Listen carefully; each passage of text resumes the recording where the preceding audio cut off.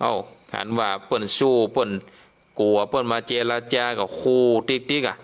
ๆก็เลยบอกว่าบาอันนะข้าจะบอกคือเสือโคร่งก็ดีราชสีห์ก็ดีห้องคือคนตั้งหลายหูหนวกหูลึงไปบางคนก็จะขาดใจตายเลยนะจะเอาจะได้นี่โลกขู่แล้วเนาะสัตว์ตั้งหลายนั่นก็มาด้วยความที่ว่าจำใจมาเนาะ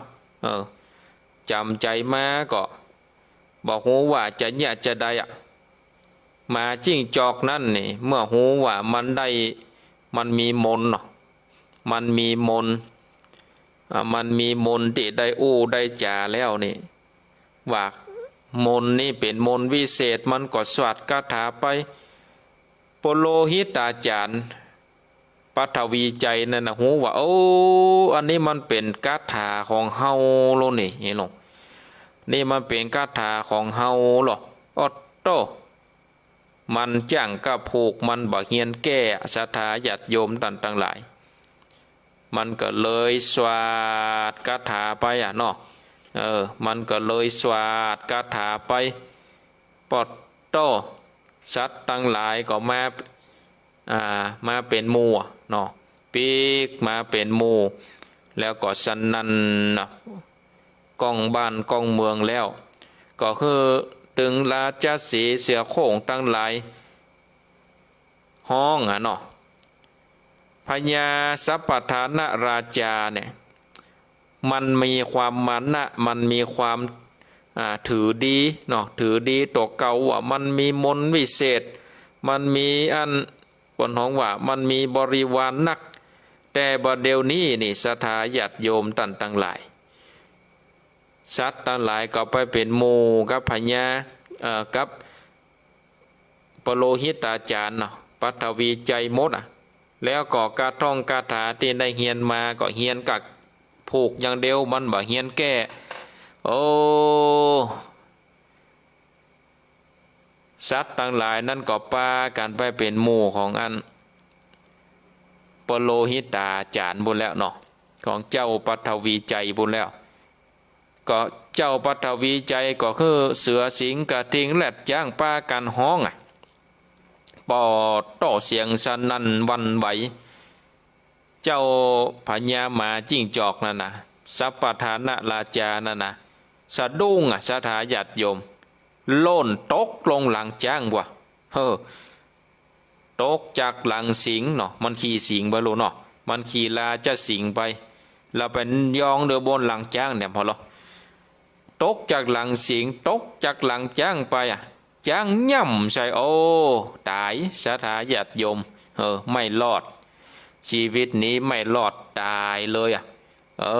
เนี่ยความมันนะถือดีว่าตัวเก่ามีของดีไปอวดเปิ่นไปข่มเหงเต็งเต็กเปิ่นเนี่ยศรัทธาญาติโยมครูบาอาจารย์ตะกอนรู้ปุตรึงบอกถึงสอนเนี่ยมีของดีจะไปอวดเปิ่นจะไปตาเปิ่นมียันดีมีทรัพย์ยันดีมีคาถาดีเนาะตะกอนเปิ้นถือคาถาคามหรือเนาะเปิ้นบอกคืออวดรู้เปิ้นบอกคืออวดเปิ้นบอกคือลองเนี่ยเพราะอะไรยัง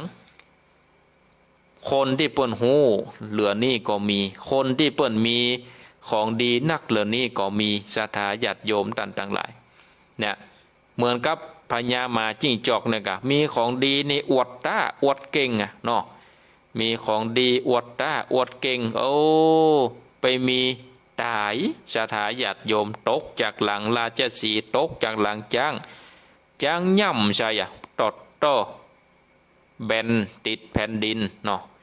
เนี่ยศรัทธาญาติโยมเป็นคำสอนนะเป็นนิทานคำสอนพญาศรีวิจัยราชกุมารเนี่ยคนก็ได้โยกเอานิทานเนี่ยมาโอ้คือเจ้าพญาตั้งหลายได้ฟังว่าท่านตั้งหลายเนี่ยตกคำเจ้าแรงงายท่านตั้งหลายก็คือมีใจอันซื่ออย่าได้มีใจอันกดอันเลวบิดเบ่งเบี้ยวเสียธรรมกันว่าไข่กำออกจากปากไปแล้วเนี่ยกำโอเนี่ยมันเป็นเจ้านายเฮานะเนาะ มันเป็นเจ้านายเฮาการว่าจะได้เฮาก็กึดพินิจพิจารณาเหียก่อนเนี่ยศรัทธาญาติโยมท่านทั้งหลายกรรมนี่เนาะก่อนนี่เฮาเป็นเจ้านายมันแต่ไปแล้วเนี่ยมันเนี่ยเป็นเจ้านายเขาเพราะฉะนั้นนี่เฮาต้องกึดพินิจพิจารณาเฮาเป็นเจ้าฟ้ามหากษัตริย์ก็มีศรัทธาจมจื่นยินดีในการกินการทานในการรักษาศีลในการจำเริญภาวนาปัจจัยว่าปาคนตังเมืองเป็นคนขี้จิขี้ทีขี้เหนียวบ่รักษาศีลบ่ภาวนาเนี่ยเกิดอยู่อย่างหันแล้วศรัทธาญาติโยมท่านทั้งหลายบอกอยู่อย่างอันน่ะเนาะพญาศรีวิจัยราชกุมารก็สอนเนาะสอนบอกได้พิษจากพ่อจากแม่บอกพิษจากปู่ย่าตายายบอกพิษจากสหายพี่น้องมีความฮักกันเนาะมีความฮักกันจะไปมีความได้พิษได้เถียงกันในบ้านในจองกันว่าเฮาได้ตุกอกตุกใจมานี่เฮาก็ยังมีพี่มีน้องมีพ่อมีแม่ได้คอยปลอบได้คอยปรึกษาหารือบ่เจว่าบ้านใกล้เฮือนเคียงกันเอาปากันพิษกันปากันด่ากันเนี่ยศรัทธาญาติโยมเฮาจะหันตามข่าวเนาะบ้านใกล้เฮือนเคียงกันพิษกันบุบหมูตีตากันเป็นลูกก็โกงพ่อโกงแม่ก็มีบาดเดียวเฮาพอข่าวก็มีสปะสปันเนาะมีสปะสปันก็พอไปก็พิจารณาไปเนาะศรัทธาญาติโยมท่านทั้งหลายพอไปก็พิจารณาไปอันใดที่มันเป็นกุลก็เฮาก็นำมาพินิจพิจารณาอันใดที่พอแล้วก็พอผ่านตาไปเงี้ยเนาะศรัทธาญาติโยมไปใส่ใจมันนักก็ตกอกตกใจนะศรัทธาญาติโยมท่านทั้งหลายพญาศรีวิจัยราชกุมารบอกว่าเฮาเป็นพญาเนี่ยจะไปละธรรมตั้งห้ากันว่าเฮามีธรรมตั้งห้านี่นะบ้านเมืองก็จะได้อยู่ดีมีสุขอันหนึ่งชื่อว่าสัตสะเมธามีพญาจบจอดงูแจงหลอดอุบายการเมืองฝ่ายตัดตั้งแผ่นดินกว้างเลืองไหลคือคนในไผ่ฟ้าหูวันกล้าไถนาตังพาลาลูกไม้ปลูกไว้จุภาการอันนี้หูมีพญาปัญญาหูเอาบ้านเอาเมืองหูสั่งสอนเนื้อเปิ่นการพันน้ำการทำให้ใส่นาการได้ปลูกผลละหมากหลักไม้เนาะก็คือว่าเรื่องของกินของว่าเนาะเรื่องของกินของว่าปลูกในบ้านในเมืองอันนี้ก็มีพญาปัญญาในด้านการทำมาหาเลี้ยงชีวิตอันที่สองปุริสะเมธามีพญาปัญญาหูฉลาดกึดขวาดอยู่ในใจก็คือว่าเขาเนี่ยมีคนที่มีความลกมีความฉลาดอย่างเช่นว่ามีปโลกิตาจารย์เสนาขานน้อยใหญ่ก็ใจเปิ้นมันถูกเนาะใจมันถูกตามที่เขามีปนห้องว่าจะได้ใจมันถูกตามที่เขามีความสามารถเนาะบ่ใจคนนั้นเปิ้นมีความสามารถในการขับรถเอาเปิ้นไปบกแหน่อย่างมันโพลตี้แล้วหรอกคนนั้นแกว่นขึ้นต้นไม้ใจเปิ้นไปขับรถเนี่ยมันไปใจยังแกใดต้องใจคนมันถูกห้อมถูกหูเนาะอันเนี้ยปุริสะเมธาอันต่อมาเนี่ยศรัทธาญาติโยมเปิ้นได้ได้จ่าว่าต่อมาคือสัมมาปาสังคือว่าการได้ผูกไมตรีกับคนบอกว่าใกล้บอกว่าไกลบอกว่าเป็นคนไผ่น้อยเป็นตาสีเป็นเจ้านายก็คือได้ขึ้นหล่องเตียวเมืองเป็นเต้าบุญเรืองก็จะไปมักโขดมักจ้ามักแจ้งอันนี้ก็มีปนห้องว่าสัมมาปาสังก็คือว่าเป็นคนที่แน่บ้านเฮานี่ว่าหน้าหม้อให้หน่อยเนาะเป็นคนที่หน้าหม้อให้หน่อย อู้ดีจาดีอันต่อมาคือวาจาไปยังอย่างที่ว่าเนี่ยคืออู้ดีจาดีจะไป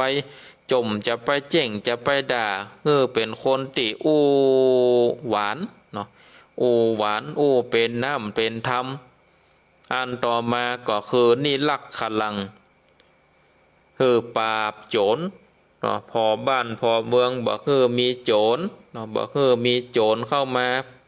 าลู่จริงเอามาปล้นในบ้านในเมืองกันว่ามีโจรก็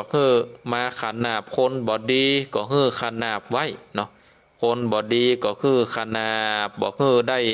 ปล้นห้องว่าบอกได้มันกำเริบเสบสารในบ้านในเมืองเนี่ยเจ้าพญาเนาะเจ้าพญาศรีวิจัยราชกุมารก็สอนธรรมเนาะสอนธรรมศรัทธาญาติโยมก็นำไปพินิจพิจารณาเนอะว่าเขาได้ยินได้ฟังในเจ้าวันนี้นี่ก็สามารถนำไปพินิจพิจารณานำไปอู้ไปจาหรือว่านำไปใจในชีวิตประจำวันได้เลยนะศรัทธาญาติโยม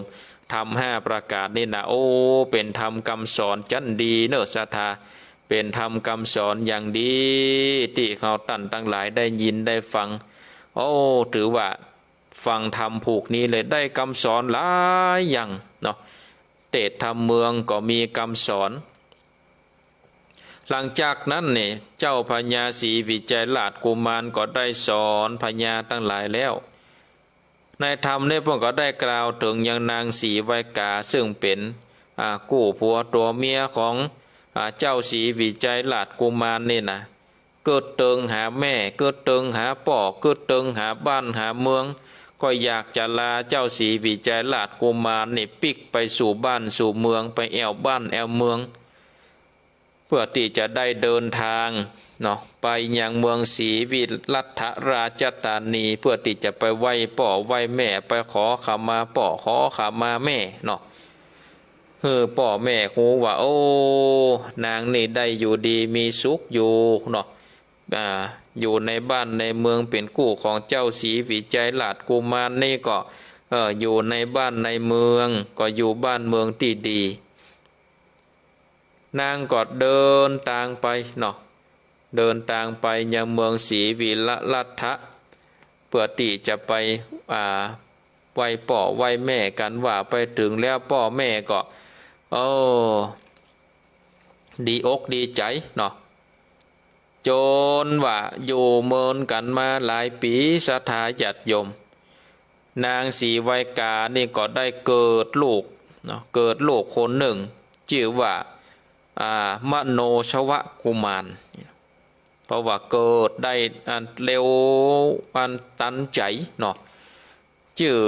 เป็นปอดใจนะชื่อว่ามโนชวกุมารอยู่แถมบ่เมินบ่นานศรัทธาญาติโยมนางศรีไวกานั่นก็ได้มาเกิดลูกแหมคนหนึ่งเป็นแม่หญิงก็เลยใส่ชื่อว่านางสมุทชาเจ้ามโนชวกุมารกับนางสมุทชานี่ก็จำเริญดีขึ้นใหญ่มาเนาะบ่มีโลกาพญาติตั้งหลายมาป้องมาปานอยู่เลี้ยงลูกเนาะเลี้ยงลูกขึ้นมาเจ้าศรีวิจัยราชกุมารกับนางศรีไวกากับเจ้ามโนชวนางสมุทชาอยู่บ้านอยู่เมืองก็ปกบ้านป้องเมืองบ้านเมืองที่ขั้นก็มีความสุขบานหวานใจเนาะมีความสุขบานหวานใจบ้านเมืองก็อยู่ที่ขั้นแล้วก็เขาตั้งหลายคนตั้งหลายเนี่ยแต่งแปลงยังศาลาเอาไว้ตาน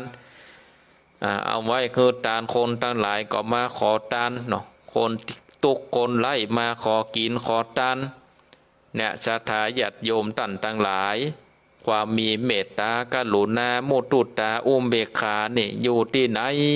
นี่บ้านเมืองก็จุ่มก็เย็นเนาะคนมีเมตตาคนมีความกรุณาคนมีความมุติตาคนมีความอุเบกขานี่อยู่ที่ไหนก็มีความจุ่มความเย็นเนาะศรัทธาญาติโยมตั้งหลายอยู่ที่ไหนคนก็คักบ้านเมืองนั่นก็จะเจริญศรัทธาญาติโยมตั้งหลายทำ ศรีวิจัยราชกุมารผูกต้วนตีสาวสีเกาะปาลิปุนนังเป็นตีเรียบร้อยก็เหลือแถมผูกเดียวเนาะเหลือแถมผูกเดียวก็จะจบแล้วนะ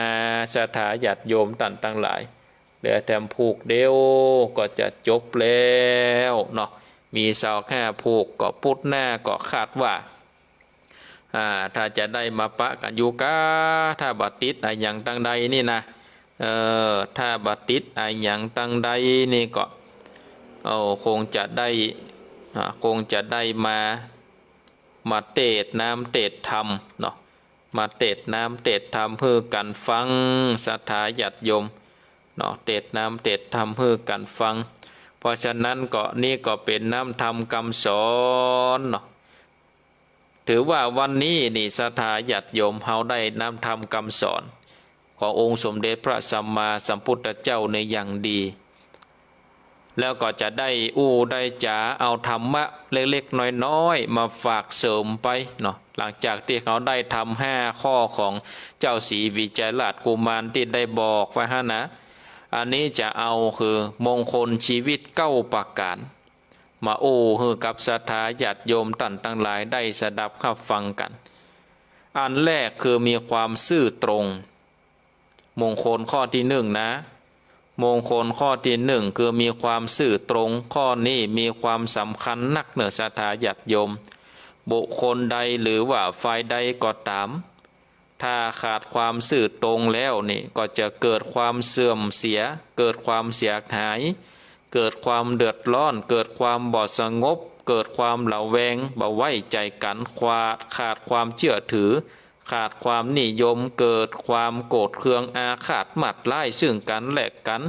เกิดความเกลียดชังกันดูถูกดูหมิ่นกันกฎธรรมชาติมีอยู่ว่าบุคคลใดซื่อตรงเป็นคนที่น่าคบค้าสมาคมมีเสน่ห์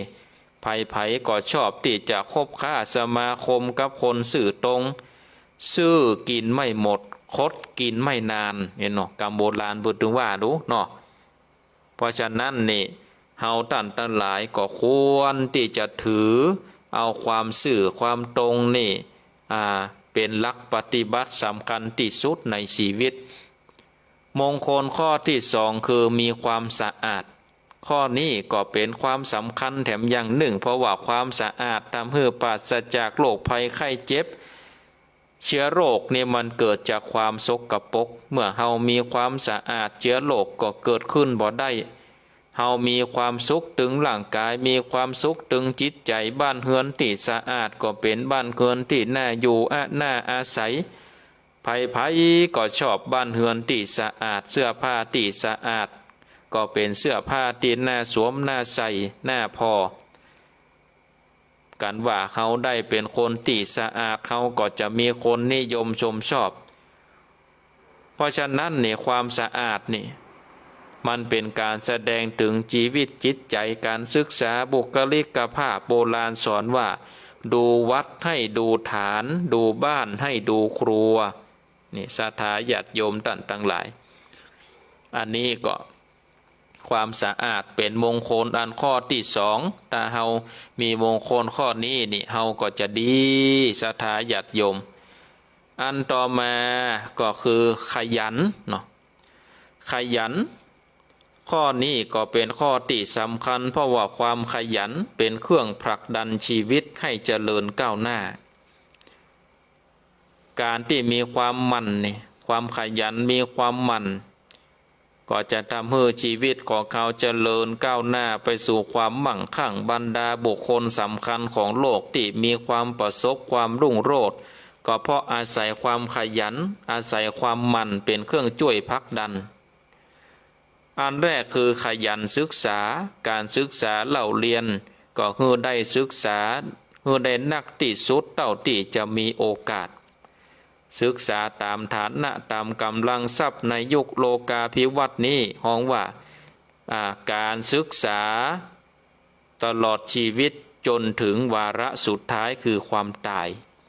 ขณะใกล้ตายก็มาศึกษาความตายอยู่นะศรัทธาญาติโยมว่าเฮาตายไปแล้วเนี่ยเฮาจะได้ไปเกิดที่ใดใจชีวิตในโลกหน้าจะได้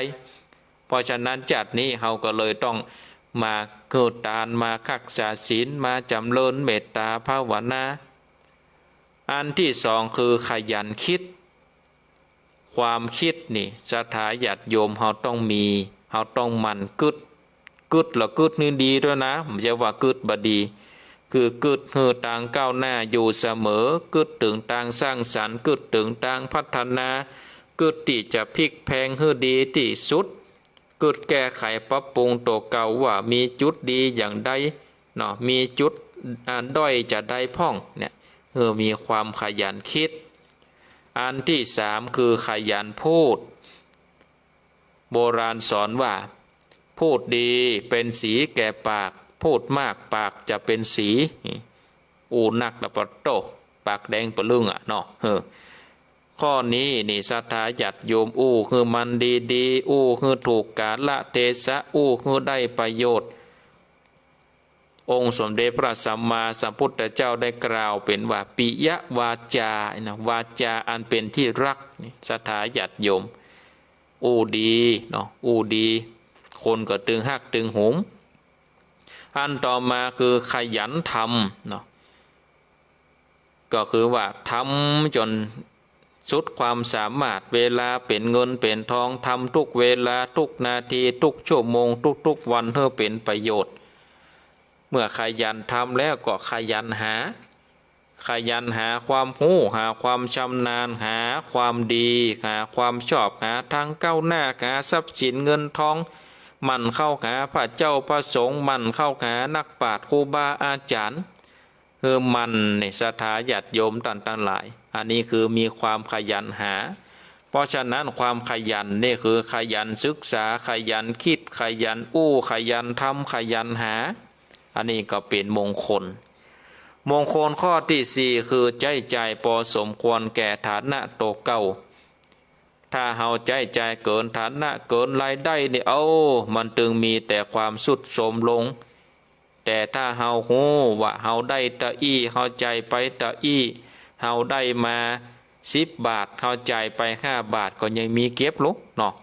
มันจะว่าได้มา10 บาทใจไป20มันไปโรยจะได้เพราะฉะนั้นเฮานี่ก็มันมัธยัสถ์มันอดออมเนาะฮู้การกินการใจอย่าไปใจเกินตัวจะไปใจเกินตัวเกินพิกัดเกินอัตตาเกินกำลังของตัวเก่ามาจังบดีศรัทธาญาติโยมมงคลข้อต่อไปคืองดเว้นสิ่งที่ฮือโทษบอกว่าจะเป็นสุราเมลัยเครื่องดองเครื่องเมาสิ่งเสพติดตั้งหลายการพนันเป็นแหล่งอบายามุขตั้งหลายเนี่ยบอกควรที่จะเข้าไปยุ่งเข้าไปเกี่ยวเพราะว่าถ้าเฮาเข้าไปยุ่งเข้าไปเกี่ยวแล้วมันจะปาเฮาเนี่ยมันเป็นตั้งเสื่อมลูกเนาะเป็นตั้งเสื่อมเป็นตั้งเสียหายพินาศเดือดร้อนบ่เจริญก้าวหน้าเดินทางไปสู่หายนะในศรัทธาญาติโยมงดเว้นสิ่งที่มันบดีสิ่งที่มันโทษข้อต่อไปคือไม่ล่วงเกินผู้อื่นก่อนเพราะว่าถ้าเฮาไปล่วงเกินเปิ้นก่อนนี่ก็มันจะทำให้เกิดการทะเลาะวิวาทตีกันทำร้ายกันเข็นฆ่าซึ่งกันและกันก็มันมาจากหยังก็มันมาจากที่เฮาไปล่วงเกินก่อนล่วงเกินด้วยทางกายพ่องล่วงเกินด้วยทางวาจาพ่องก็มีเฮาสมควรที่กึดว่าเขาตั้งหลายตั้งมวลที่อยู่ในโลกนี้นี่เป็นพี่เป็นน้องเฮาสมควรจะมีเมตตากรุณาต่อกันเพราะว่าเป็นสัตว์ที่เกิดมาร่วมทุกข์เกิดแก่เจ็บตายเหมือนกันหมดเนี่ยโกรธคือโง่โมโหคือบ้าอิจฉาริษยาเขาคือจุดไฟเผาตัวเองเนี่ยเพราะฉะนั้นเนี่ยเฮาดิบ่สมควรที่จะไปล่วงเกินไผบ่ไปล่วงเกินด้วยกายบ่ล่วงเกินด้วยวาจาแม้แต่ว่าจะไปล่วงเกินด้วยใจก็บ่สมควรที่จะทำบ่เกิดไปตำหนิติเตียนไผเนาะมงคลข้อที่7คืองดติดต่อคบค้าสมาคมกับคนไม่ดีคนดีย่อมแสดงออกซึ่งความดีคนชั่วย่อมแสดงออกซึ่งความชั่วค คนซื่อย่อมแสดงออกซึ่งความซื่อคนคดย่อมแสดงออกซึ่งความคดคนเลวทรามย่อมแสดงออกถึงความเลวทรามการที่จะเป็นคนดีได้ในคิดดีทำดีพูดดีคบคนดีไปสู่สถานที่ดีอันเนี้ยเฮาก็จะเป็นคนที่ดีแต่ถ้าเฮาไปอู้ไปจาก็คนที่บดีนี่มันก็จะป้าเฮาเป็นคนบดีนะกะเกิดก็เกิดแบบชั่วทำก็ทำเรื่องแกเรื่องชั่วอู้ก็อู้กับเรื่องบดีคบก็คบกับคนที่บดีปาไปสู่สถานที่บดีอย่างเพราะฉะนั้นนี่เฮาก็งดอันใดที่บดีก็งดเว้นไว้เหียเฮาก็คบกับคนดีๆอู้ดีๆกึดดีๆกินแต่กินสิ่งดีๆอันต่อมาคือมีความกตัญญูกตเวทิตาคนเฮาเกิดมาจากหนึ่งผู้มีพระคุณแก่เขานี่ก็คือหนึ่งพระพุทธพระธรรมพระสงฆ์เป็นคนแนะนำสั่งสอนให้ตั้งอยู่ในความดีประพฤติตนเป็นตัวอย่างประพฤติตนเป็นคนดีชาติกษัตริย์และรัฐธรรมนูญก็คือว่าผู้คือสิทธิคุ้มครองความยุติธรรมความมีหลักฐานเป็นทินที่อยู่ปิตาบรรดาปู่ย่าตายายผู้คือกำเนิดผู้มีพระคุณก็ทำให้เฮาเนี่ยมีความเจริญรุ่งเรืองเกิดขึ้นมาในโลกนี้ได้เป็นคนได้ก็พ่อพ่อพ่อแม่เฮาก็คือมีความกตัญญูครูบาอาจารย์เป็นผู้สอนสั่งศิลปะวิทยาการตั้งหลายจากรุ่นสู่รุ่นญาติพี่น้องก็คือว่าเป็นผู้มีอุปการะคุณคอยเลี้ยงดูเขาคอยส่งเสริมเฮาเพื่อมีความเจริญก้าวหน้าอันสุดท้ายศรัทธาญาติโยมท่านทั้งหลายหูจักหน้าที่ทำหน้าที่ของตัวเก่าให้ดีที่สุดคนเฮานี่มีหน้าที่แตกต่างกันไปตามเพศตามวัย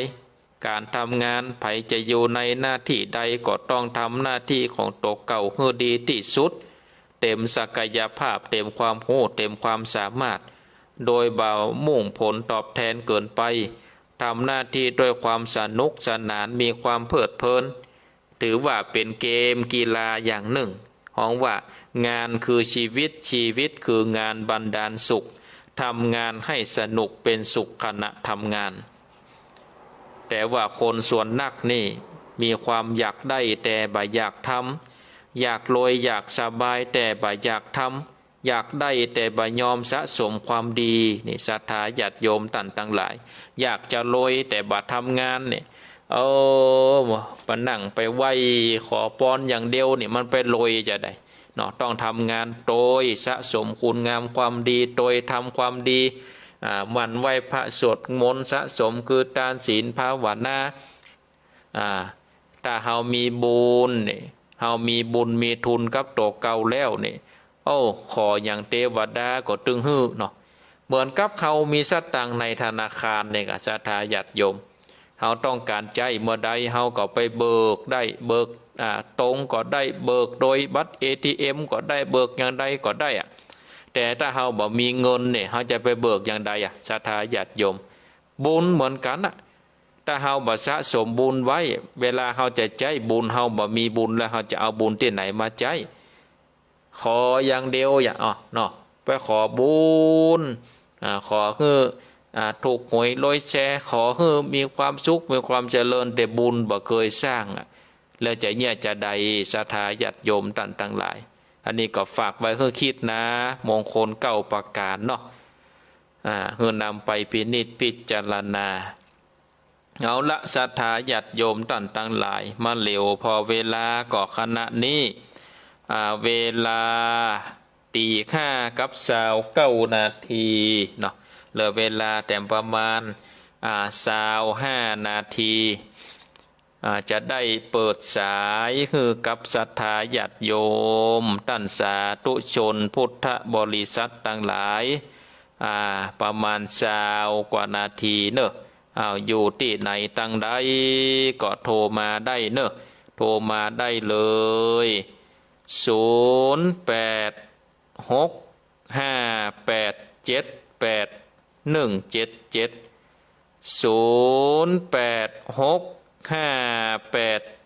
0865878177 8177อ้าวอยู่ที่ไหนตังใดโทรมาได้เลยเนออ้าวเบอร์แฮมกัม0865878177จะเลินปอนเจ้ากาไวซาเจ้าไม่น้อยกัดนัดนะเจ้าอ้าวแม่น้อยแม่น้อยไม่น้อยสัญญาว่าจะเป๋บลีเนาะเดี๋ยวเมื่อพูดก่อนนั่นก็เป๋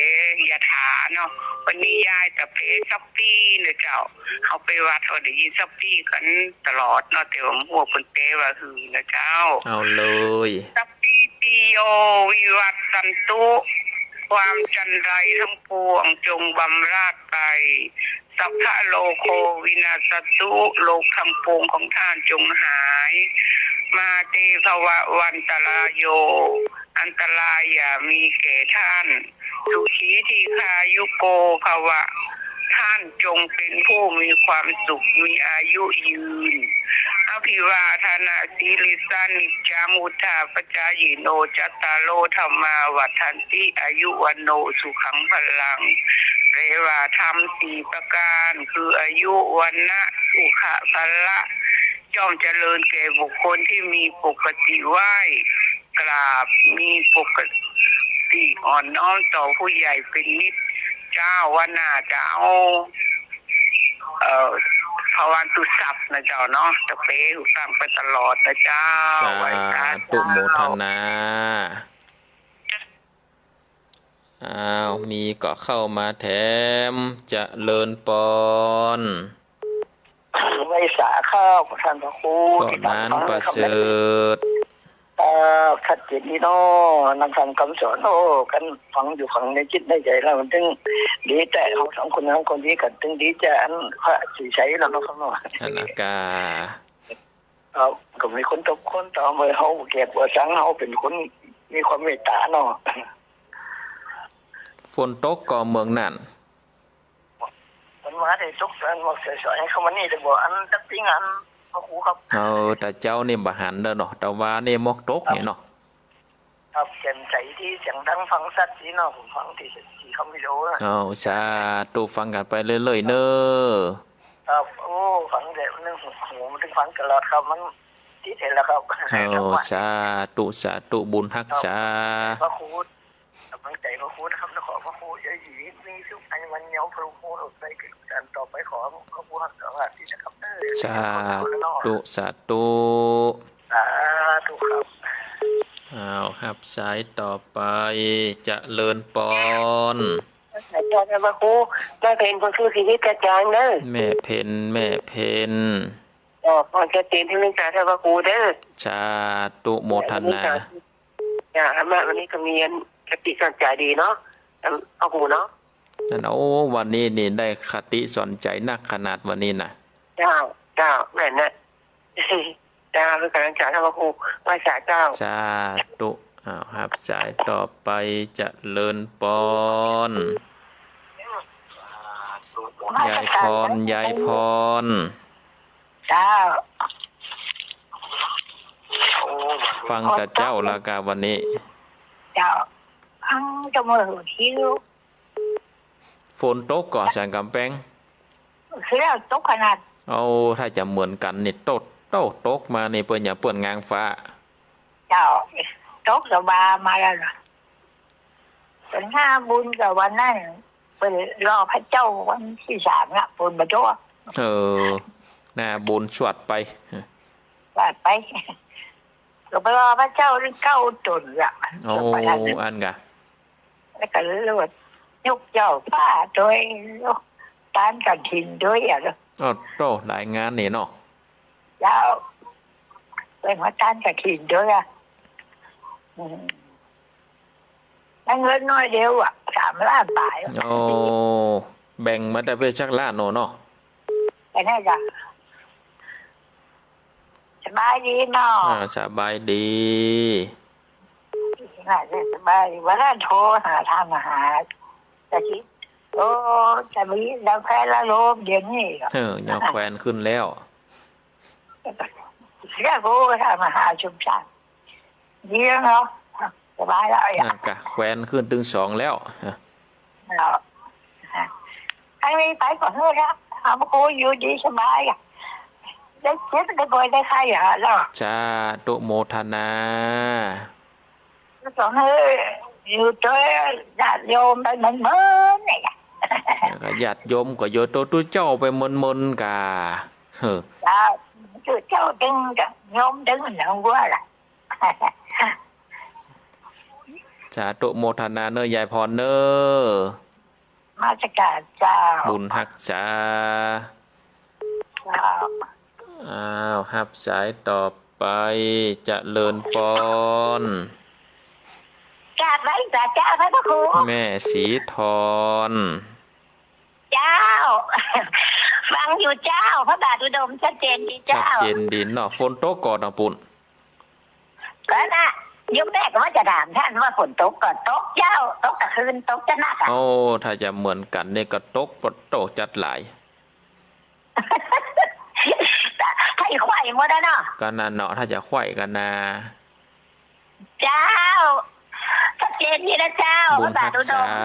สาธุโมทนา ไว้สาเจ้า 0865878177 จะเลินปอน ไว้สาเจ้าแม่ป้าบรรทาหลายสายเจ้า เอาแม่ปลาทาหลายสาย อำเภอแม่ทาเจ้าฟังแต่เจ้า ฟังแต่เจ้ามาได้เริ่มมาละเนาะ เจ้าดีสอนใจดี ฟังกันไปเรื่อยๆนะ เจ้าฝนตกก็จะ กดคืนนี่จัดหนัก เจ้าบ้านก็ตกกัน เอาแต่วันนี้ในเจ้านี่หายแซบบ่ได้ยินสักปอกสักแป๊กเฮ้อ ง่ายเหมือนกันเจ้า สาธุโมทนา เจ้า เอาครับสายต่อไปเจริญปอน พระเจ้าท่านพระโคแม่พังจากพังเนอจากปันไหนน้าน้อยแม่น้อยเจ้า แม่น้อยอุดตูดีเนาะ เจ้าสัดเจนนี้แม่พังกันจากเจ้าละท่านพระโคแม่พังถูกพูดตัดเจ้า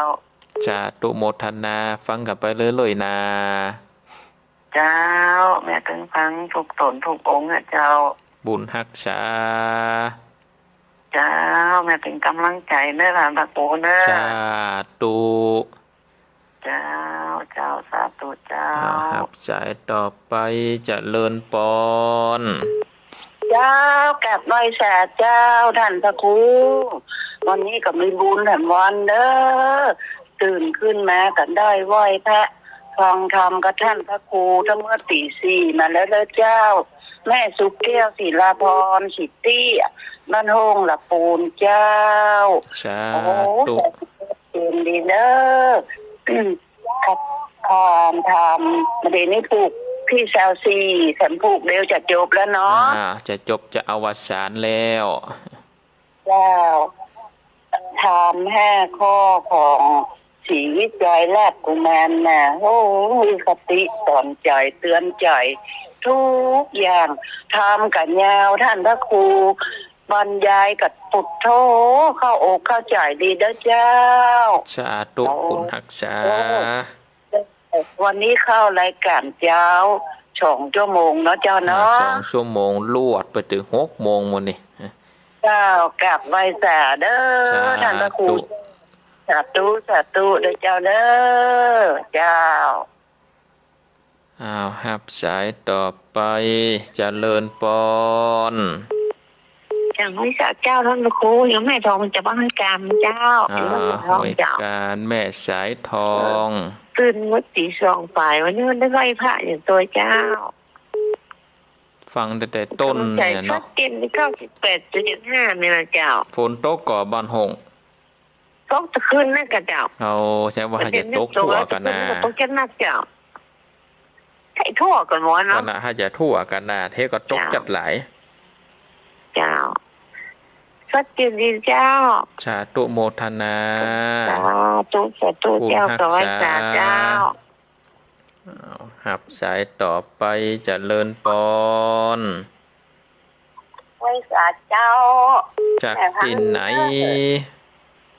จากนี้นานเจ้า โอ้เมืองนั่นเจ้า ชัดเจนดีเนาะแม่เนาะ เจ้าตัดเสียนนี้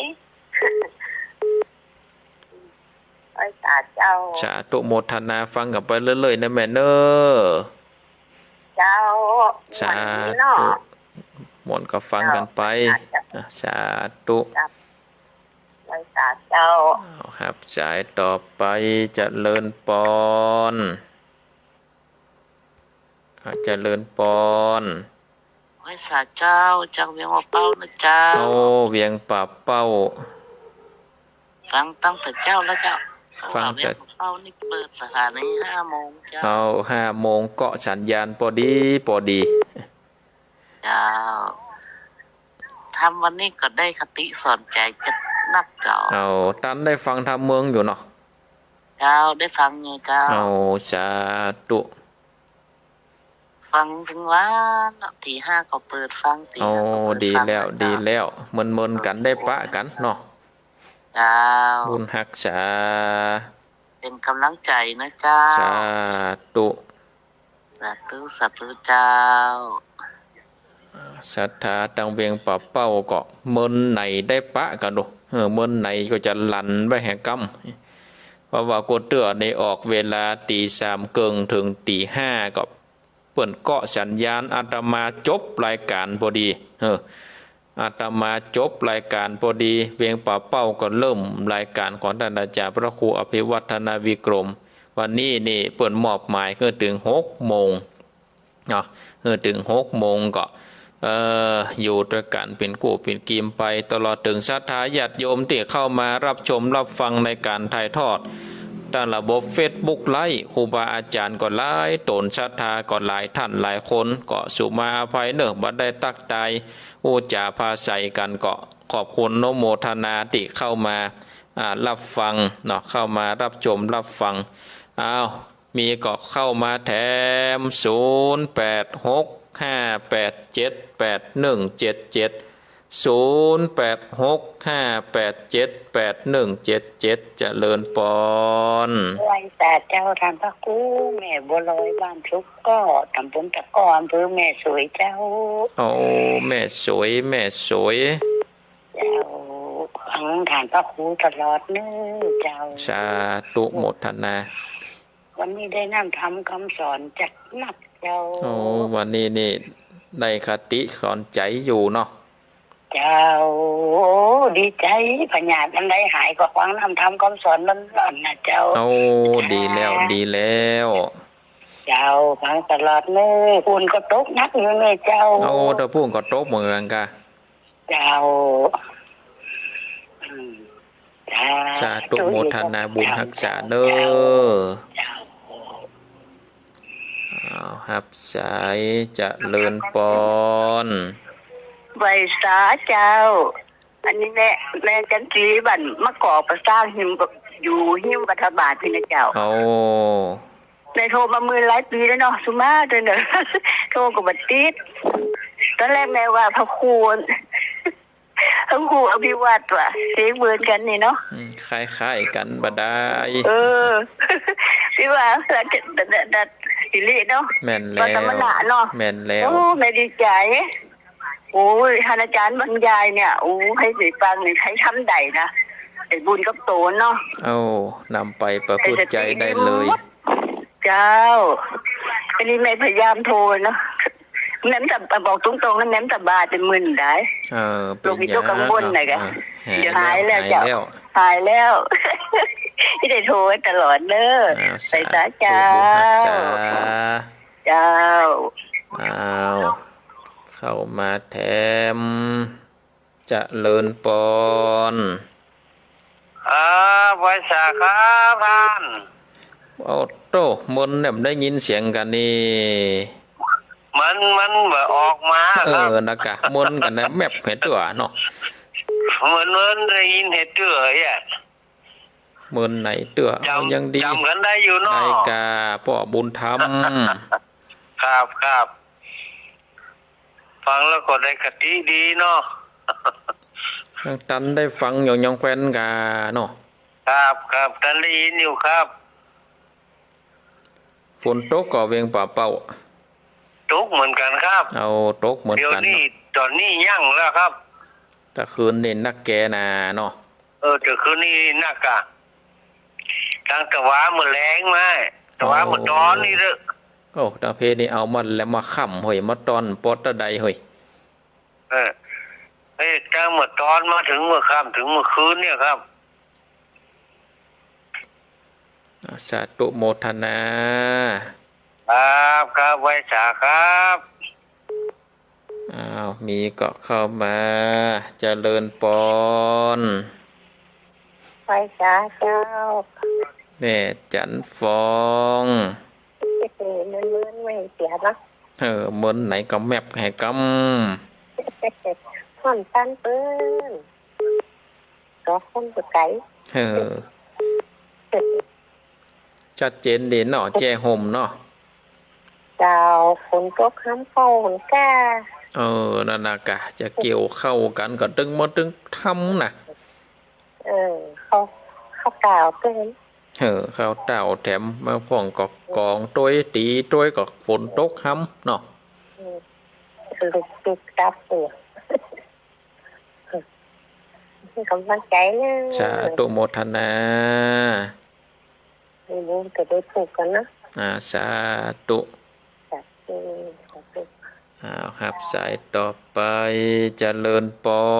น ครับไว้สาบารมีธรรมให้อาจารย์ธนอัตครับผม น้องเบลวันนี้ฟังกันครบถ้วนครับ วันนี้ วันนี้มาแทนเปิ้ลเนาะครับเนาะ เป็นมอบหมายให้แถม1 ชั่วโมง วันนี้จัดยาวหลักยาวเนาะครับเนาะ จัดยาวจนถึง6 โมงแหมกี่นาทีก็จะลาจากกันแล้ว ครับพอได้ก็คือกำลังใจท่านก็คือมีสุขภาพแข็งแรงครับผม สาธุโมทนา ครับ บุญรักษามีก็เข้ามาแถมหน่อยเจริญปอน เจ้ามานักการเจ้าก็จาก ที่ไหน จากลำปางเจ้าแม่บัวเจ้า ลำปางชัดเจนดีเนาะ เจ้าชัดเจนเจ้าทางบุญวัดเจ้า สาธุโมทนา เจ้ามันโอ้บ่ใช่ติดมัน โทรบอกให้ติดโทรมันสายมันย่นกันนะ เจ้าไปฟังตั้งตีสี่ ฟังมาเคยเริ่มรายการแน่เนาะ เจ้า บุญรักษานะแม่เนอ เจ้าฝนตกพ่องหันยังตะกี้ ปุ่งกำลังหาย่างกะอันนี้นี่ยังย่างแต่ย่างมาดึกแล้ว จากเริ่มเย็นพระอาจารย์รักษาสุขภาพตัวนะ สา เจ้า ธุเหมือนกันเนอ เจ้า บุญรักษาขออนุญาตยกหูก่อนเนอะศรัทธาญาติโยมเวลาก็ไล่หลังมาด้วยกันนี่แล้วขออนุญาตยกหูก่อนยกหูก่อนจะได้สรุปสายเนาะเวลาก็ไล่หลังมานี่แล้วสายแรกจากแม่น้อยกัดนัดอันนี้ก็แปลบาลีวันละยังให้หน่อมจะว่าวันละคำเก่าวันนี้นี่แปลไปหลายกรรมแปลบาลีวันละกรรมวันนี้แปลสัปปีติโยสายที่2จากป้อนนานประเสริฐอำเภอนานน้อยจังหวัดน่านสายที่3จากแม่เพนวนรเวียงหนองล่องสายที่4จากยายพรล่องงัวแดงสายที่5จากแม่สีทรชัยปราการสายที่6จากแม่ปาบ้านทาหลายสายอำเภอแม่ทาสายที่7จากแม่น้อยอุตุดีบ้านไร่นาน้อยจังหวัดลำปาง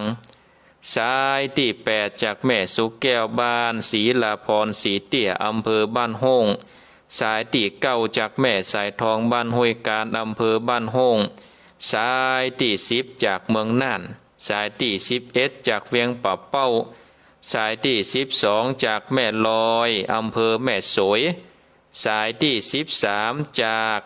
แม่จันดีเนาะ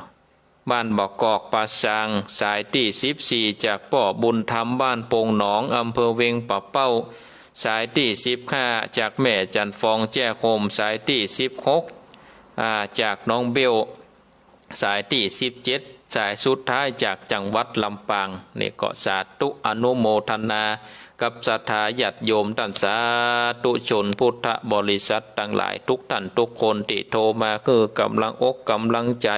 โทรมาการแจ้งผลการนับฟังตลอดถึงครูบาอาจารย์พระเจ้าประสงค์ผู้เข้ามารับชมรับฟังในการถ่ายทอดในFacebook ไลฟ์ก็สาธุอนุโมทนาก่อนที่จะลาจากกันไปศรัทธาญาติโยมอาตมาภาพก็มีข่าวสารงานบุญได้มาประกาศประชาสัมพันธ์เชิญชวนให้กับศรัทธาญาติโยมท่านทั้งหลายได้รับทราบกันร่วมทำบุญด้วยกันเนาะในการทานกฐินสามัคคีสร้างบารมีประจำปี 2567